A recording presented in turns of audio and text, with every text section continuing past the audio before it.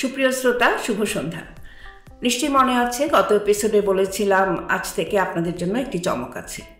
তো চমকের কথাটি প্রথমে বলি, যেটি হলো আমরা এতদিন এক মাসে 2টো করে অনুষ্ঠান করছিলাম। এখন আমরা ঠিক করেছি প্রতি মাসে 4টি করে অনুষ্ঠান করব, এবং সেটা প্রতি বৃহস্পতিবার রাত 9টায়।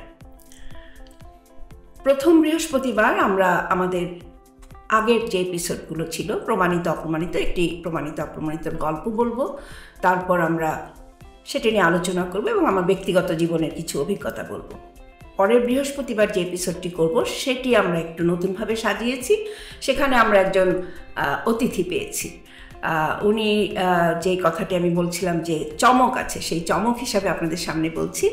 আমরা আমাদের এই অনুষ্ঠানে উম্মে কুলসুম, আপনারা অনেকেই হয়তো তাকে চেনেন, তবু আমি বলি যারা চেনেন না, উম্মে কুলসুম একজন অবসরপ্রাপ্ত সিনিয়র জেলা ও দায়রা জজ। ও সম্প্রতি অবসর নিয়েছে। জয়েন্ট সেক্রেটারি ছিল, সচিব ল কমিশন ছিল, বর্তমানে কনসালটেন্ট ব্র্যাক। সে 3টি প্রজেক্ট ডিরেক্টর ছিল, লিগাল এইড, বিকল্প বিরোধ মানে যাকে এডিআর বলি আমরা, কমিউনিটি মিডিয়েশন, এবং মাঠ পর্যায়ে তার কাজের বেশ একটা অভিজ্ঞতা ছিল। আমি 4 দেয়ালের মধ্যে সারাটা জীবন কাজ করেছি। আমি আপনাদের কাছে যতটা পৌঁছতে সক্ষম হয়েছি, আমি মনে করি তার চেয়ে ও আমাকে আরও বেশি সাহায্য করতে পারবে। তো উম্মে কুলসুমের সাথে আমরা অল্প স্বল্প গল্প করব। আমার যে এপিসোডটা যেটা আমরা শুরু করেছিলাম, সেখানে আমরা প্রমাণিত অপ্রমাণিত নিয়ে যেটা বলেছি, এখানে এই এপিসোডে সাব এপিসোড হিসাবে যদি আমরা বলি, তাহলে এই এপিসোডটির নাম হবে অল্প স্বল্প গল্প। উম্মে কুলসুম, তুমি বলো। ধন্যবাদ ম্যাডাম। আমার সৌভাগ্য যে প্রমাণিত অপ্রমাণিতর ধারাবাহিকতায় আপনি যেই অল্প স্বল্প গল্প নামে নতুন এপিসোড করতে যাচ্ছেন, সেখানে আমাকে কথা বলার সুযোগ দিয়েছেন। আমার আসলে যেটুকু শিক্ষা আমি মনে করি তার সিংহভাগ আপনার কাছ থেকে পেয়েছি। কারণ আমার চাকরি জীবনের শুরুতেই আমি আপনাকে অতিরিক্ত জেলা ও দায়রা জজ হিসাবে এবং আমার প্রশিক্ষক হিসাবে আমি পেয়েছিলাম। এবং সেখানে কিন্তু শুধু বিচারিক কার্যক্রম নয়, আমি অনেক কিছু শিখেছি যেটা আমার ব্যক্তিগত জীবন, আমার পেশাগত জীবন, আমার সংসার জীবনকে অনেক সমৃদ্ধ করেছে। সেই পথ অনুসরণ করেই আমার যেটুকু আশা। একটু ভিন্ন টাইপের কাজ করার অভিজ্ঞতা আমার হয়েছে। আমি যেহেতু মন্ত্রণালয়ে ছিলাম এবং বিভিন্ন কাজের সুবাদে আমি একেবারে জনমানুষের কাছে তৃণমূল পর্যায়ে কাজ করতে গিয়েছি। সেখানে আমি দেখেছি যে মানুষের অজ্ঞতা, আইন সম্পর্কে, তার নিজের অধিকার সম্পর্কে অনেক কিছুই জানে না।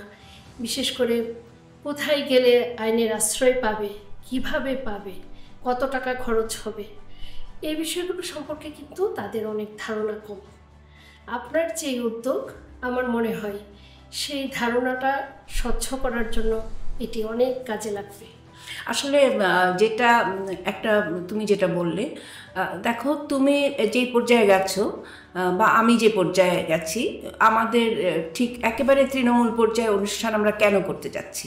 তো আমার মনে হয় তোমারও যেটা মনে হচ্ছে, বা আমি তোমার সাথে আমি যেটা শেয়ার করতে পারি, সেটা হলো আমার মনে হয়েছিল যে আমাদের পর্যায়ে যারা যায়, যে একটা উচ্চ পর্যায়ে ওঠার একটা সুযোগ আমাদের হয়েছিল, তোমারও হয়েছে। তো সেখান থেকে আমরা আজকে তৃণমূল পর্যায়ের কাছে যেতে চাচ্ছি।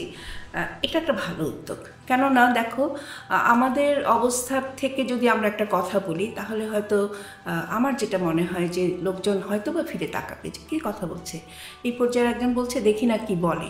তো সেই সুযোগটা কিন্তু আমরা নিতে পারি। এটা আমাদের জন্য একটা বিরাট সুযোগ। তো আমার যেটা মনে হয়, অনেকে আমাকে বলেছে তুমি কেন এই অনুষ্ঠানটাতে যাচ্ছ, বা তুমি এরকম চিন্তা করলে কেন, জনসাধারণের জন্য তো অনেক মাঠ কর্মী আছে, তারাই কাজ করতে পারে। তা আমার যেটা মনে হয়েছে যে আসলে মাঠ কর্মীরা যেভাবে তাদেরকে বোঝাতে পারবে, তারা যথেষ্ট ভালো করছে, যথেষ্ট কাজ করছে, সেটা ঠিক আছে। কিন্তু আমাদের যে 4 দেয়ালের একটা অভিজ্ঞতা, বিচারিক জীবনের একটা সুদীর্ঘ, যেমন আমি 41 বছর বিচারক জীবনে ছিলাম, তুমি বোধহয় কত বছর? 31 বছর। তাহলে বোঝো এই যে এটার সাথে এই যে বিচারিক জীবন এবং তার সাথে মাঠ কর্মীর যে মর্ম বেদনা, এটার যদি একটা মেলবন্ধন হয়, তাহলে কিন্তু সেটা খুব ভালো হবে। তো আমি সেই সুযোগটাই নিতে চাচ্ছিলাম। একটা কথা বলি কুলসুম, তুমি এর মধ্যে বলেছিলে যে সংসার জীবন। তো দেখো, আমরা যেটা ভাবছিলাম যে আমরা কথা বলতে গিয়ে সংসার জীবনের কথা বলি, কিন্তু কোনো পুরুষ অফিসার বা পুরুষ জাজ তারা কিন্তু মানে কর্মজীবনের কথায় সংসার জীবনটা এইভাবে আনে না। আমাদের একটা একটা প্রথমেই আমাদের প্রায়োরিটি পায় যে সংসার জীবনকে রক্ষা করে তারপর চাকরি জীবন। এই যে একটা দুটোর যে টানে পোড়নের মধ্যে দিয়ে আমাদের চলতে হয়। তো তুমি সংসার জীবন শব্দটা উচ্চারণ করাতে আমার মনে পড়লো যে আমরা কত কষ্ট করে কতভাবে সংসারটাকে সামলিয়ে তারপরে, এবং আমাদের একটা সবচেয়ে বড় বাধা ছিল যে আমাদের বদলির চাকরি ছিল, তাই না? জি। প্রথম জীবনে আমরা কতখানি বদলি। আমার মনে আছে আমি যখন কুমিল্লায় গেছিলাম, তোমাকে আমি বলি যে তখন আমার বড় মেয়ের ক্রনিক ডিউডেনাল আলসার ধরা পড়লো, এবং তখন আমি 6 মাস ডেইলি প্যাসেঞ্জারি করেছিলাম কুমিল্লা থেকে ঢাকা।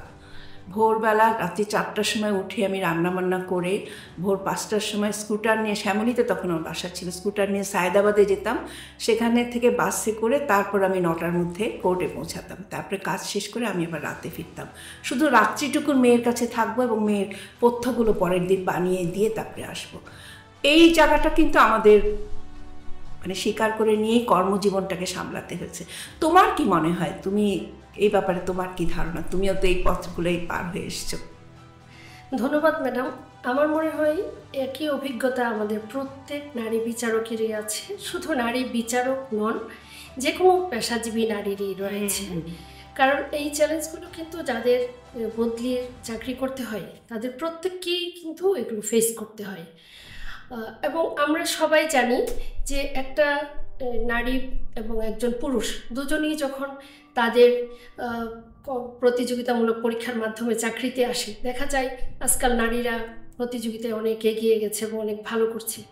কিন্তু প্রথম 5 বছরের মধ্যেই তার হয়তো বিয়ে, সন্তান ধারণ, এই চ্যালেঞ্জগুলো থাকে। তখন সে কিন্তু একটা চ্যালেঞ্জের মধ্যে পড়ে।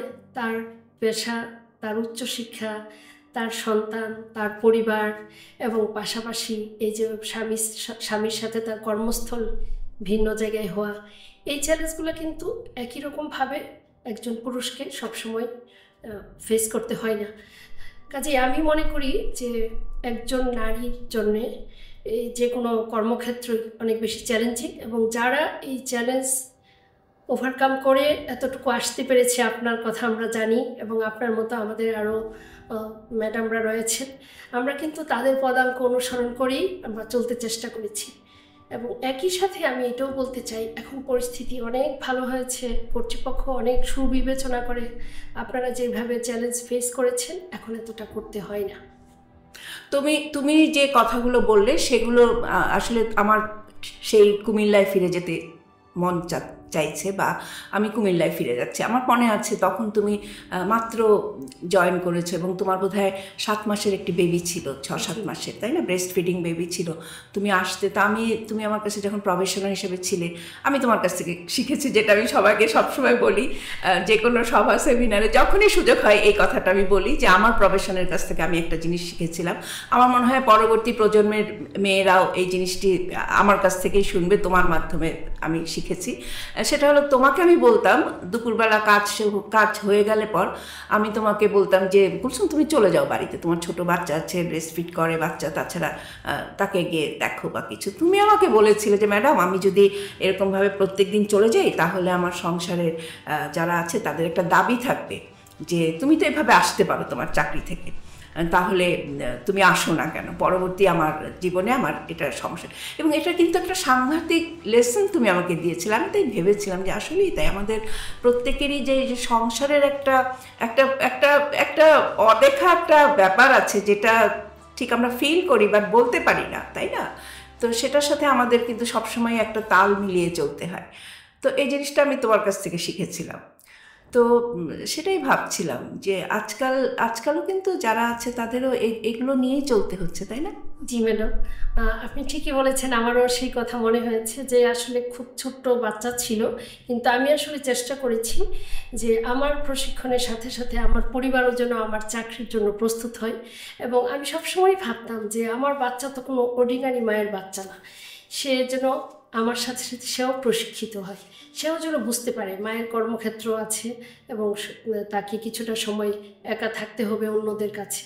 তো এবং এটা কিন্তু আমার ছেলের মানসিক বিকাশে খুব সহায়তা করেছে এবং পরবর্তীতে সে কখনো এইভাবে আশা করে নাই যে আম্মু আজকে অফিসে যেও না বা তুমি কখন ফিরবে, এই কথাটা কখনো বলেনি।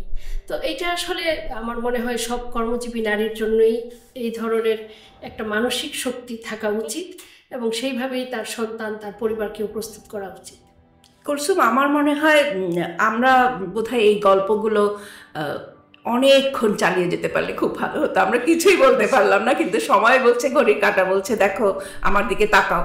তো আমি ঘড়ির কাঁটার দিকে তাকিয়ে দেখছি যে আসলে আমাদের হাতে আর সময় নেই বেশি। আমি শুধু পরিকল্পনাটা একটু মানুষকে জানিয়ে দিচ্ছি, সেটা হলো যে সুপ্রিয় শ্রোতা, আমরা এখন থেকে এই অল্প স্বল্প গল্প মাসে 2 বার করে করব এবং সাথে আমরা উম্মে কুলসুমকে পাবো।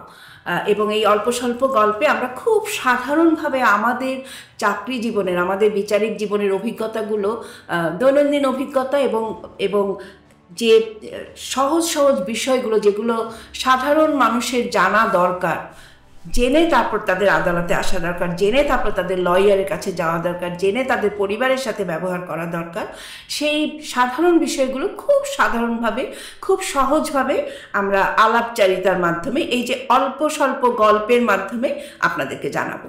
তো ঘড়ি কাঁটা বলছে বিদায় নিতে হবে। সুপ্রিয় শ্রোতা, আপনারা নিশ্চয়ই আমাদের সাথে থাকবেন। দেখা হবে আগামী বৃহস্পতিবার রাত 9টার সময়। আজ এ পর্যন্ত, ধন্যবাদ। ধন্যবাদ।